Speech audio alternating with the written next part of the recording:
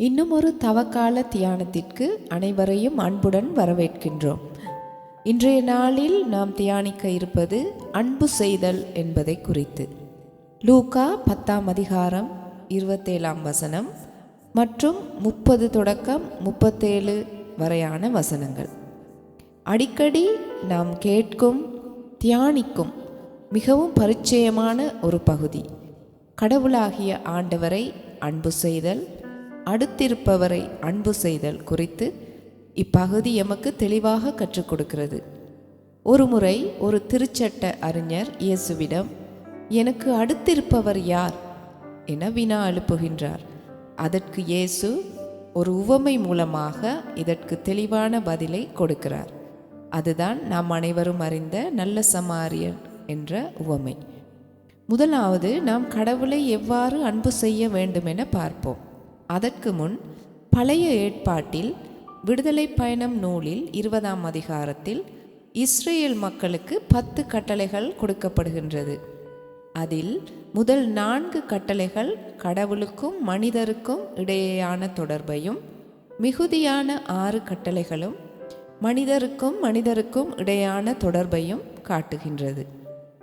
இதனைத்தாம் நம் ஆண்டவராகிய இயேசு கிறிஸ்து 2 கட்டளைகளாக எமக்கு புதிய ஏற்பாட்டிலே தருகின்றார். முதலாவது கட்டளை, கடவுளை முழுமையாக அன்பு செய்தல். முழு இதயம், முழு உள்ளம், முழு ஆற்றல், முழு மனம் எனும்போது அனைத்தும் அதில் அடங்குகிறது.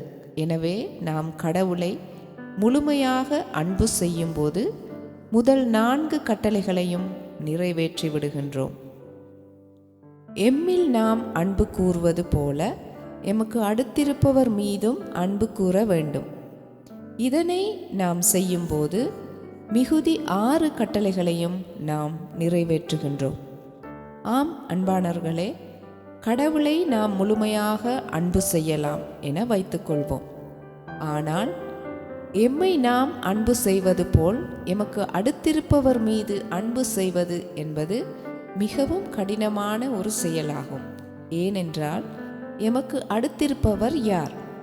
ஒருவேளை அவர் எமக்கு விரோதமானவராக இருக்கலாம், அல்லது நாம் அவருக்கு விரோதமானவராக, அல்லது புறக்கணிக்கப்பட்டவராக, அல்லது தேவையில் உள்ளவராகவோ இருக்கலாம்.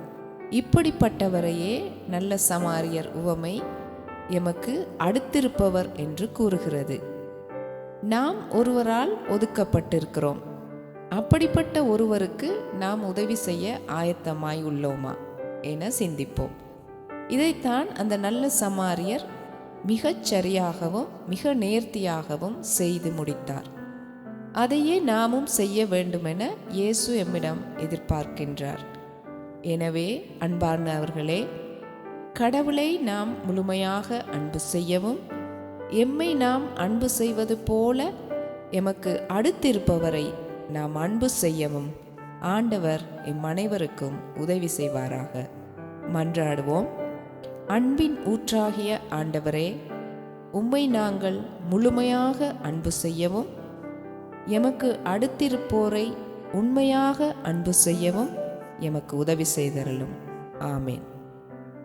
அன்பு செய்வாய் தேவனையே, அயலானை உன்னை போலவே. உதவி தேவைப்படுவோர் எவரும் உனக்கடுத்திருப்பவரே.